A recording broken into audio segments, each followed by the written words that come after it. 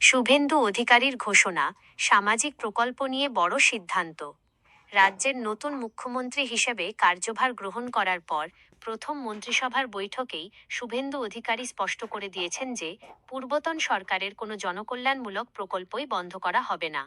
বৈঠকের মূল হাইলাইটস: অব্যাহত থাকবে প্রকল্প, লক্ষ্মীর ভাণ্ডার বা কন্যাশ্রীর মতো সামাজিক সুরক্ষা প্রকল্পগুলি চালু থাকবে কিনা তা নিয়ে সাধারণ মানুষের মনে যে সংশয় ছিল, মুখ্যমন্ত্রী তা দূর করেছেন। তিনি জানিয়েছেন, পূর্বতন সরকারের সমস্ত সামাজিক প্রকল্প বজায় থাকবে।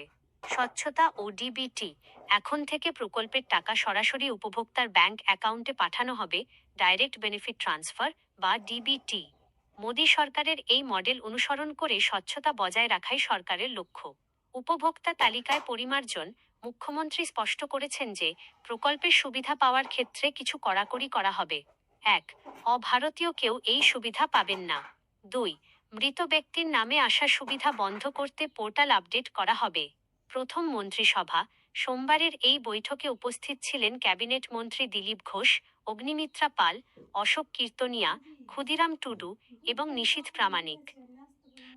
এক নজরে মুখ্যমন্ত্রীর বক্তব্য: চালু থাকা কোনো সামাজিক প্রকল্প বন্ধ হচ্ছে না। সেটা ৩০ বছর আগের হোক বা ১০ বছর আগের, সব থাকবে। তবে আমরা পোর্টালগুলি আপডেট করব যাতে অভারতীয় বা মৃত কেউ এই সুবিধা না পায়।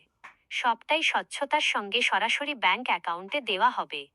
এই সিদ্ধান্তের মাধ্যমে নতুন সরকার এটা স্পষ্ট করতে চাইল যে রাজনৈতিক পালাবদল হলেও সাধারণ মানুষের আর্থিক সুবিধায় কোনো কোপ পড়বে না, বরং ব্যবস্থার আধুনিকীকরণ করা হবে।